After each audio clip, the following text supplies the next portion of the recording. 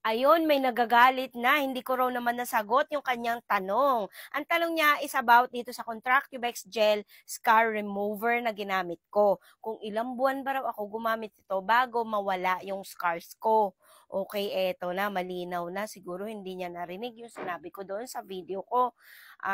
Eto guys, 5 to 6 months akong gumamit nito para lang mawala yung scars at keloid ko.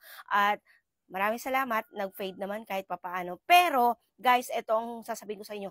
Agapan nyo na kapag maaga pa ang pilat nyo, mas mabilis matanggal nito. Gamutin nyo kagad nito kapag maaga pa lang.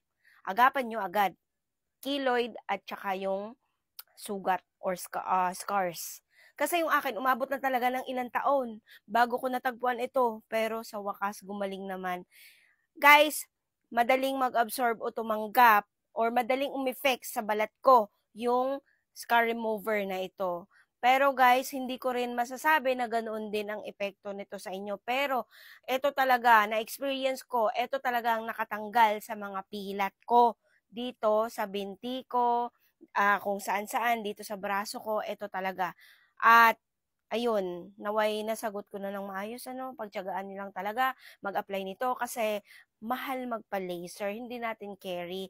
Ako nga, hindi ko carry, kaya nagtiyaga talaga ako dito at na-experience ko nga dito at nawala naman. So, maraming salamat sa Contractivex Gel, kaya sinishare ko ngayon sa inyo. And, napapansin ko, ang ganda ng aking hikaw. Grabe. Kaya ako bumili itong hikaw na to para pag gumawa ako ng content ay merong ganyan-ganyan. Ang ganda guys, available po yan dito sa aking yellow basket at pati yung ating Contractubex Gel. At magka-Christmas na. Kailangan natin ng dress. Oh, mima ko, ang ganda. Tapos, may slit po yan sa legs. Ang sexy nito guys. Ang ganda. Ayan. Hindi ako maka-atras mabuti. I-atras natin yung camera. Ayan. Ganyan siya guys. Hindi siya masyadong mahaba.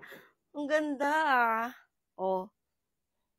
So, kung gusto niyo to guys, yung mga pinapakita ko sa inyo ngayon, Contractubex Gel, yung aking hikaw, at saka yung dress, nasa inyo na yan, nasa yellow basket.